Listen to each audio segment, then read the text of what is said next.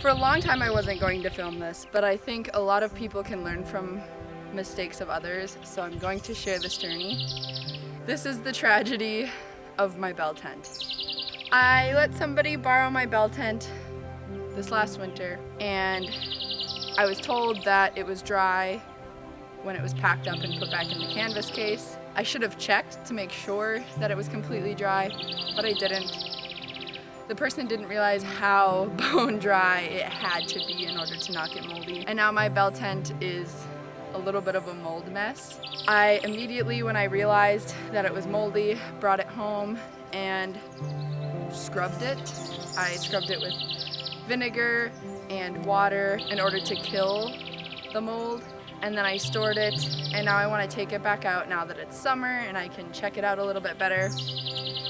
And I want to see if all the mold is still dead, because otherwise the mold will just eat right through the canvas. And I'm also going to try and see what I can do about the discoloration. This is a beast of a tent, definitely a big undertaking.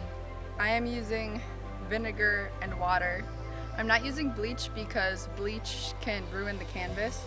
So can this brush, but you can only do so much.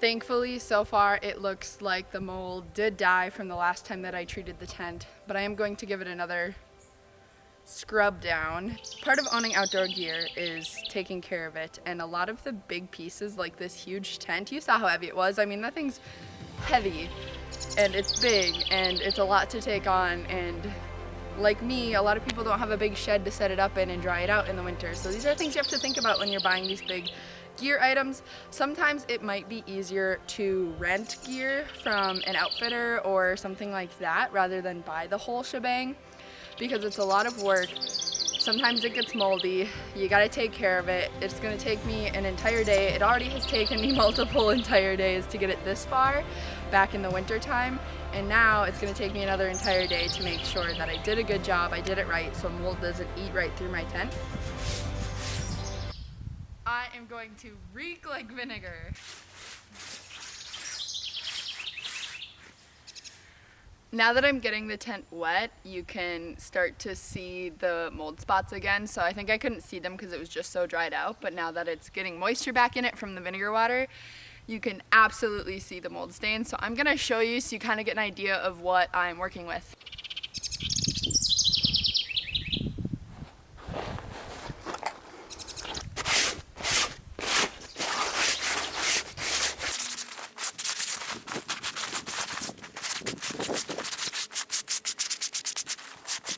The entire tent is just covered in mold stains and hopefully all dead mold.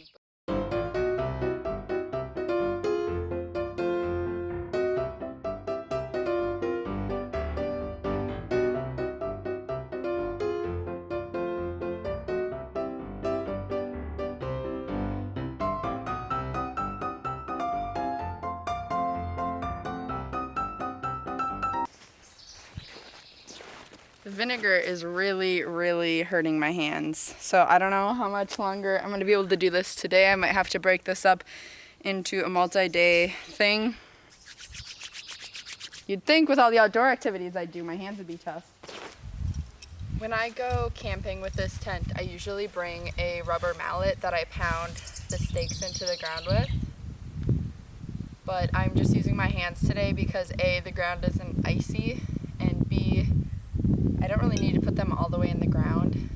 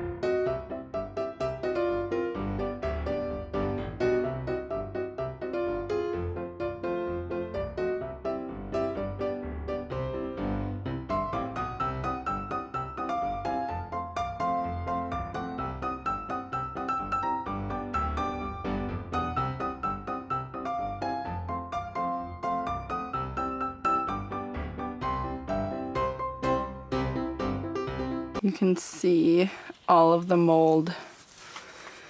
When I got this tent,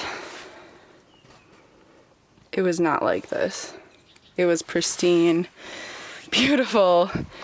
You can tell here there's not as much mold. That's what the whole thing used to look like, and now it's just stained.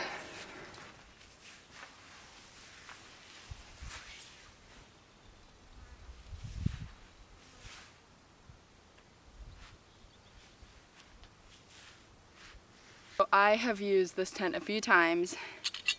Since I've gotten it, these stakes have gotten destroyed from frozen ground and ice, and it's really sad, but I need some really strong and reliable tent stakes. So if you know of any brands that you love, let me know in the comments, because I need some help here.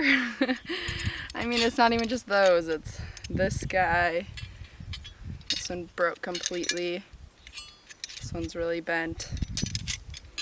This one broke completely.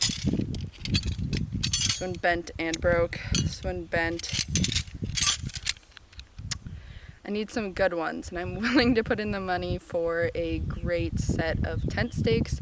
Right now, I don't have enough for this tent because I didn't realize how many were broken. Maybe it's because I was using them for the wrong purpose, but it was all I had, so maybe that's just the issue. I need to have the right tent stakes for the right scenarios, and I didn't do that because I thought it'd be fine. Even with all the mold on this tent, it's still perfectly usable, and I don't know what I'm gonna do about the stains, if I'm just gonna leave it and use it as is, or if maybe there's a way I can dye the fabric so it doesn't look as nasty, because I don't care what it looks like, but it's a little bit depressing when I look at it and see the mold. It reminds me of the work that it took to get it to this point, and it just kind of not the vibe I'm going for my experiences outdoors. But you know, maybe it is. Maybe I just need to learn to let it go.